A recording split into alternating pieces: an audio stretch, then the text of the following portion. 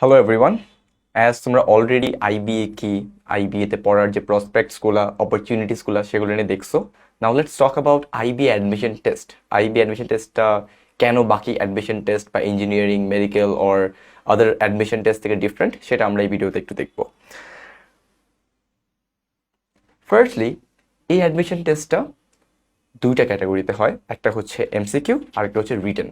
So MCQ যে পার্টটা, এই পার্টটাতে ইউ উইল সি মেইনলি তিনটা segments. First English, then you will see maths, then you will see analytical.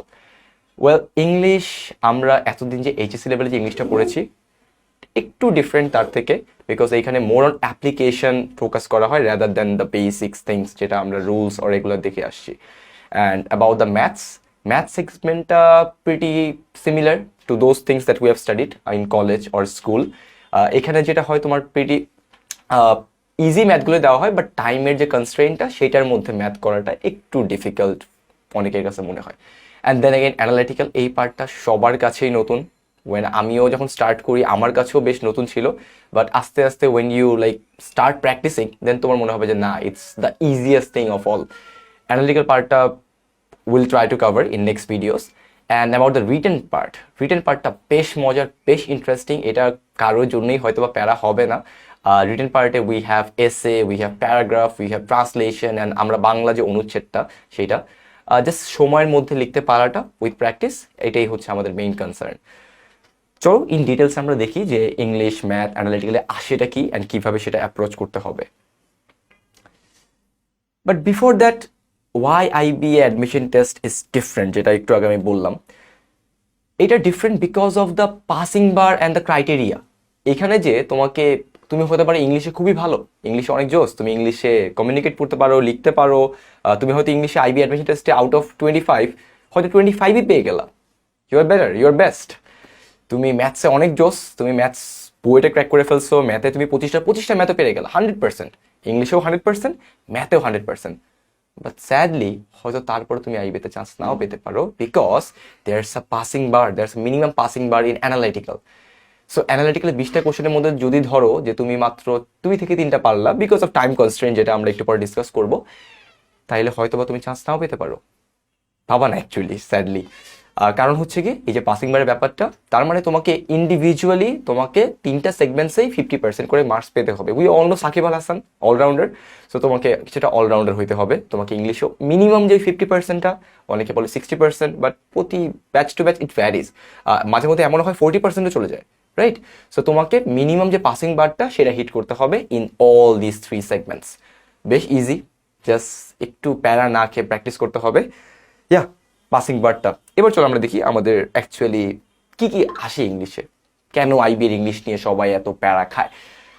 Well, IB এর ইংলিশের যে ভোকাবুলারি পার্টটা না, এই ভোকাবুলারি পার্টটা বাকিদের থেকে একটু ডিফারেন্ট। এখানে তোমাকে কখনো ডিরেক্টলি একটা ওয়ার্ড, মনে করো তোমাকে বললো যে ভার্বোসিটি, ভার্বোসিটির সিনোনিম কি, তোমাকে হয়তো বা এটা আস্ক করবে না ডিরেক্টলি। তোমাকে হয়তো কখনো আস্ক করবে না যে ল্যাকনিক, ল্যাকনিকটা অ্যান্টোনিম কি। IBA mostly focuses on uses. একটা সেন্টেন্সে তোমাকে কোন ওয়ার্ডটা বসালে ওই সেন্টেন্সটার মিনিংটা একদম অ্যাকুরেট হয়, সেই জিনিসটাই ফোকাস করে in IB admission test. So definitely vocabulary পার্টটা তোমাকে একটু কষ্ট হলেও পড়তে হবে। ভোকাবুলারির জন্য বেশ কিছু বই আছে, সেগুলো আমরা ইন ডিটেলস একটা ভিডিও করে will try to show this things. Trust me, অত প্যারার কিছুই না, জাস্ট একটা রেগুলার প্র্যাকটিসের মধ্যে থাকলে হয়তো বা বেটার। আমি আমার ব্যাপারে যদি একটু বলি, I still remember back in Notre Dame college, in my sent up 1 exam, I got 1 out of 10 in this vocabulary segment. And ওই দিন আমি ডিসিশন নিই যে না, আমি হয়তো ভোকাবুলারিতে একটু ফোকাস করবো। দেন আমি একটা ভিডিও দেখে, নীলক্ষেত গিয়ে সাদমানজা দেখে একটা ভিডিও দেখে একটা বই কিনি, word smart. And after I study that book, আমার ভোকাবুলারি আমার অ্যাডমিশন টেস্টের আগে, আইবিএ অ্যাডমিশন টেস্টের আগে অ্যারাউন্ড 7 to 8,000 ওয়ার্ডস আমি মেমোরাইজ করতে পারি, because I started enjoying this part. So vocab কোনো প্যারা নেই, আমরা ভোক্যাব নিয়ে অনেক অনেক অনেক সেশনস করবো, রাইট? দেন দ্য গ্রামার পোর্শনটা আমরা কলেজ বা স্কুল লেভেলে যেই ধরনের গ্রামার পড়ে আসছি ওই রকমই, but in a different way. Because IBA কখনো তোমাকে একটা গ্যাপ দিয়ে বলবে না যে এখানে তুমি একটা ওয়ার্ড বা একটা ফ্রেজ বসিয়ে দাও। আইবিএ যেটা করবে সেটা হচ্ছে তোমাকে 5টা অপশন দিবে, এই 5টার মধ্যে 4টা অপশনই থাকবে ভুল। অ্যান্ড তোমাকে খুবই স্ট্র্যাটেজিক্যালি আইডেন্টিফাই করতে হবে ইন দোজ টাইম কনস্ট্রেইন যে কোন সেন্টেন্সটা কারেক্ট। অ্যান্ড এটা একটু প্যারার, but with practice you get better, right? So grammar পোর্শনটা অনেক অনেক প্র্যাকটিস করতে হবে। কোন কোন ম্যাটেরিয়ালস থেকে প্র্যাকটিস করতে হবে সেটা আমরা definitely will discuss further. Reading comprehension, if you want to get it to IBA, তোমাকে রিডিং হ্যাবিট করতেই হবে। তুমি এভরিডে অ্যাটলিস্ট 2-3টা article, it could be from the Guardian, it could be from New York Times, it could be from তোমার Washington News, তুমি কি anywhere, Atlantic হইতে পারে, অথবা তুমি যদি বল হ্যাঁ আমি জাস্ট বাংলা নিউজ পেপারের কোনো একটা ইংলিশ ট্রান্সলেশন যেটা হয় তোমার জাস্ট ওগুলো পড়বো, that's more than enough. But তোমাকে রিডিং পড়তে হবে। অনেকের বই পড়তে ভাল লাগে, অনেকের নন ফিকশন বই পড়তে ভাল লাগে, আমার বই পড়তে ভালো লাগতো। সো আমি অনেক বই পড়া ট্রাই করতাম, বিকজ রিডিং কম্প্রিহেনশন যখন বেটার হয়ে যায়, you automatically get better in vocabulary, you automatically get better in grammar. Because তুমি জানো যে এই গ্রামারের ইউজেসটা আমি কখনো দেখিনি, রাইট? কারণ আমি অনেক বই পড়ছি, কখনো আমি এরকম রুল দেখিনি, তার মানে এই সেন্টেন্সটা অটোমেটিক্যালি ভুল। তুমি জানো যে কোন গ্রামার, কোন ভোকাবুলারি, এটার মিনিং কি, কারণ তুমি অনেক পড়ছো, রাইট? আমরা বাংলা ভোক্যাব পড়তে হয় না আমাদের, বিকজ উই নো যে এই রিডিং কম্প্রিহেনশন বাংলা যখন আমরা পড়ে ফেলি, আমরা বুঝে ফেলতে পারি না এই সেন্টেন্সটা correct, right? Yeah, that's about English segment. আমরা ডিটেলস ভিডিওতে পরে যাচ্ছি, বাট তার আগে ম্যাথস। আমরা ম্যাথে সবাই মোটামুটি ভালোই ইউজ টু।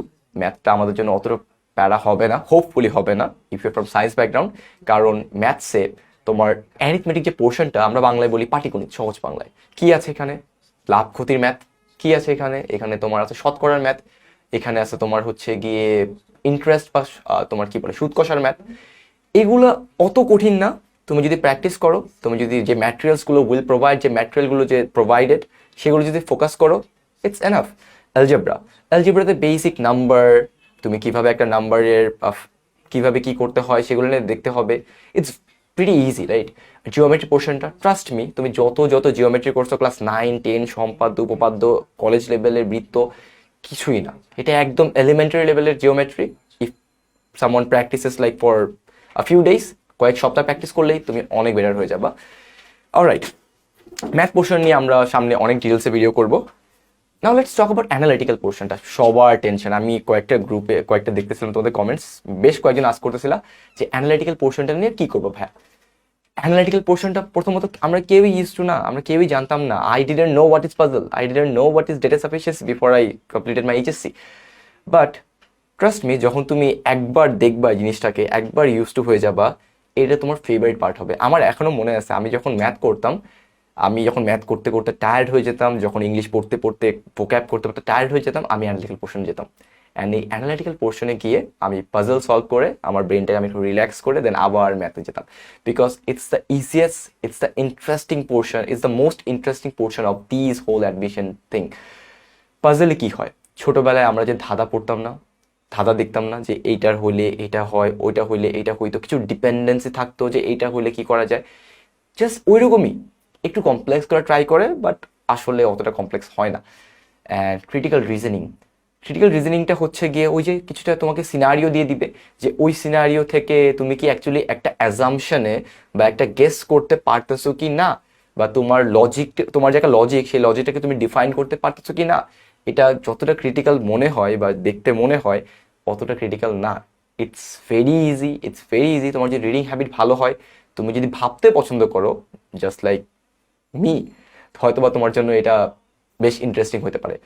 ডেটা সাফিসিয়েন্সিটা বেশ কিছুটা ম্যাথের মতোই। তুমি যদি ম্যাথে ভালো হও, তুমি যদি ম্যাথমেটিক্যাল প্রবলেম সলভ করতে পারো, তাও লাগবে না, কারণ তোমাকে এখানে ম্যাথ সলভ করতে হবেই না। তোমাকে জাস্ট বলতে হবে যে এই ম্যাথটা সলভ করতে হবে কি হবে না, বা সলভ করা যাবে কি যাবে না, দ্যাটস দ্য থিং।